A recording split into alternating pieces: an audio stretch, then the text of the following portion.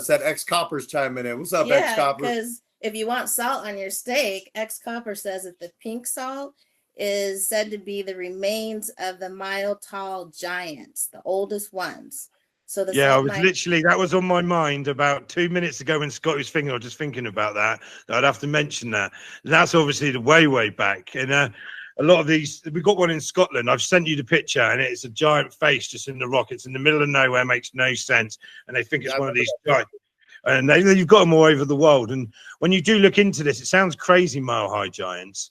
But it would go back to the times of the giant trees and that kind of time where everything could have just been just bigger, you know. It was a completely different cycle, a big cycle of Earth and consciousness.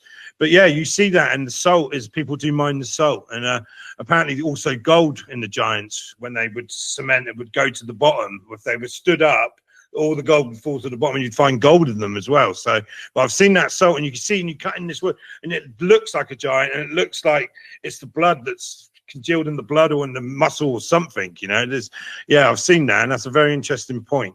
And that must have been a long time ago. I mean, mile-high giants, man. Can you imagine that? Now that's a proper giant, right? Now that's a huge giant. I mean, can you imagine how hungry that guy would be? The Lovelock Cave did talk about, and I forgot to mention that they did find a sandal that was 29 feet. I mean, inches. oh, 20, I'm sorry, 29. I didn't mean 29 feet. I meant 29 inches. That 29 feet. My goodness, that would be one big ass foot coming at you, right? Well, I meant 29 inches, but they found a sandal that was 29 inches. I mean, that is a big foot. I mean, I wear size 13s and I feel like I got boats on my feet. I mean, let alone, 29 inches. My goodness, you are a giant. There's no way that you are not a giant with a size 29. So Joshua, Well, you know what they say about big, big feet, Scotty. So fuck me, you can only imagine.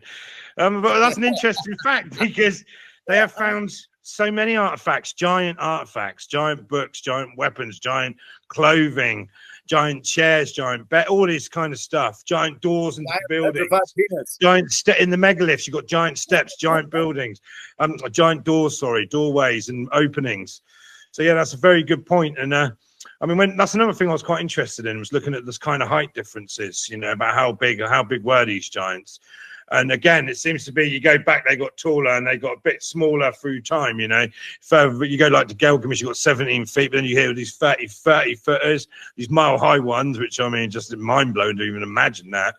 But then you come down into more modern, it's around the 10-foot suddenly. There's a lot of 10-foot, and then it even goes down to 8-foot, and you can find like whole tribes. So the bloodline, obviously, maybe they done this, maybe they were mating with smaller, like less tall, to try and hide themselves. I don't know, but it seemed the height seemed to shrink, and from there, maybe it's the bloodline just becoming less and less pure, maybe, as they had less of their DNA to mate with, so they're mixing it more into the human DNA. But yeah, very interesting stuff.